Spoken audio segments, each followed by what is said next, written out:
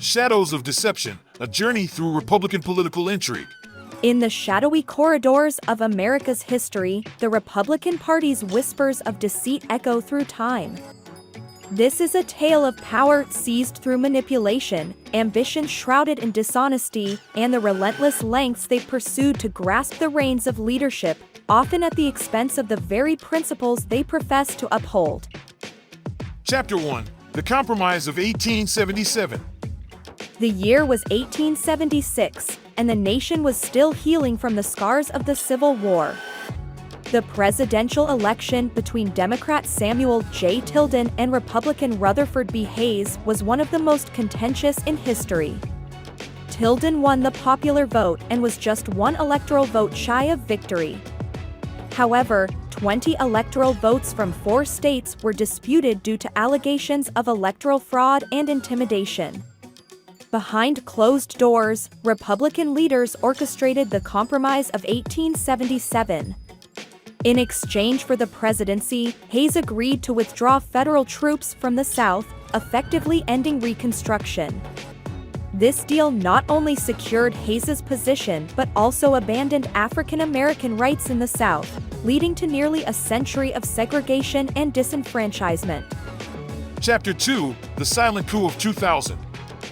Hit that like button, drop us a comment, and most importantly, subscribe. It's totally free and helps us uncover even more of history's hidden gems. Fast forward to the dawn of a new millennium. The 2000 presidential election between Democrat Al Gore and Republican George W. Bush hung in the balance over the state of Florida's electoral votes. Reports of confusing ballots and discarded votes in predominantly Democratic counties raised concerns. Amidst the chaos, Republican operatives orchestrated the Brooks Brothers riot, where well-dressed protesters stormed the Miami-Dade County Canvassing Board, disrupting the recount process. Simultaneously, legal battles escalated to the Supreme Court. In a controversial 5-4 decision along ideological lines, the court halted the recount, effectively handing the presidency to Bush. The decision raised questions about judicial impartiality and the influence of political power on democratic processes. Looking back at the 2000 presidential election, determining who should have won Florida is complex and depends on the standards used for counting votes. The election was exceptionally close, with the official results showing George W. Bush winning Florida by a margin of just 537 votes over Al Gore, thus securing the presidency. After the election, several media organizations and independent groups conducted comprehensive reviews and recounts of the Florida ballots.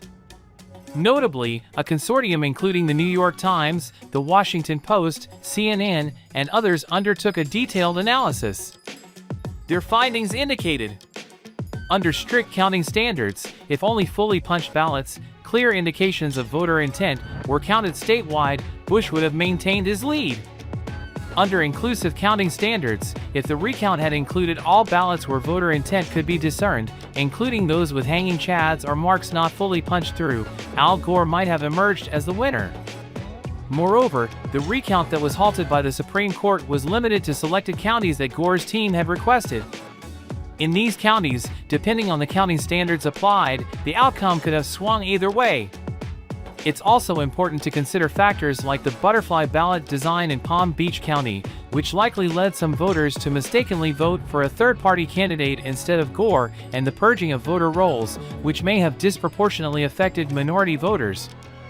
In summary, while the official results awarded Florida, and thus the presidency, to George W. Bush, analyses suggest that under certain recount methods and voting standards, Al Gore might have won the state. The true intent of the Florida electorate in 2000 remains a subject of historical debate due to these complexities. Chapter 3: The Supreme Standoff. In 2016, Justice Antonin Scalia's sudden passing left a vacancy on the Supreme Court. President Barack Obama nominated Merrick Garland, a centrist judge respected by both parties.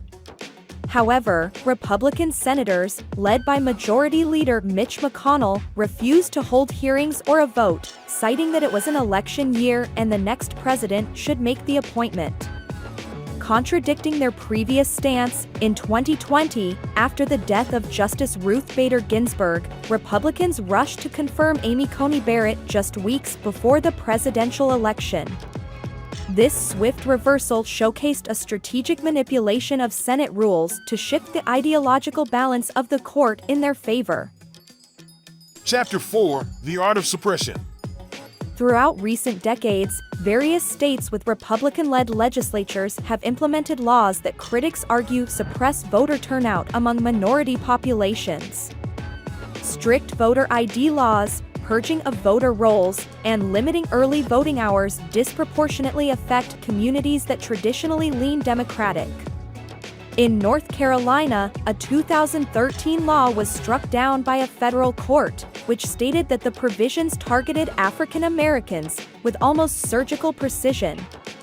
These tactics highlight ongoing efforts to influence electoral outcomes through means that undermine the democratic principle of equal access to the ballot.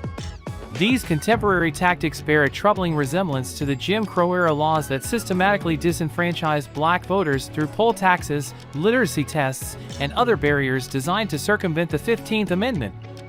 During the Jim Crow era, discriminatory laws were enacted to maintain white supremacy and restrict African Americans' political power. Although the political affiliations have shifted over time, the underlying strategy of manipulating voting laws to suppress minority voices remains a persistent thread in American history. Chapter 5: Mapping Power. Gerrymandering has long been a tool used to secure political advantage. After the 2010 census, Republicans launched the Red Map initiative, investing in state legislative races to gain control over redistricting processes. By drawing district lines that favor their candidates, they secured a disproportionate number of seats relative to their share of the vote. In states like Wisconsin and Pennsylvania, this resulted in Republicans maintaining legislative majorities even when Democrats won a majority of the statewide vote. Such manipulation of electoral boundaries erodes public trust and skews representation. Chapter 6: The Echoes of Watergate. No narrative on political deception is complete without mentioning the Watergate scandal. In 1972, operatives connected to President Richard Nixon's re-election campaign were caught breaking into the Democratic National Committee headquarters. The subsequent cover-up led to Nixon's resignation. While not directly tied to the modern Republican Party, the scandal set a precedent for political espionage and abuse of power, casting a long shadow over American politics. Epilogue: Lessons Unlearned. These chapters reflect moments when the quest for power overshadowed the commitment to democratic ideals. They serve as reminders that vigilance is necessary to protect the integrity of the political process. While both major parties have faced accusations of misconduct, the instances highlighted here focus on specific strategies employed by Republican leaders to gain advantage. As citizens, understanding these historical events empowers us to demand transparency, fairness, and accountability from those we elect. The health of a democracy relies not on the perfection of its leaders, but on the perseverance of its people to uphold its principles.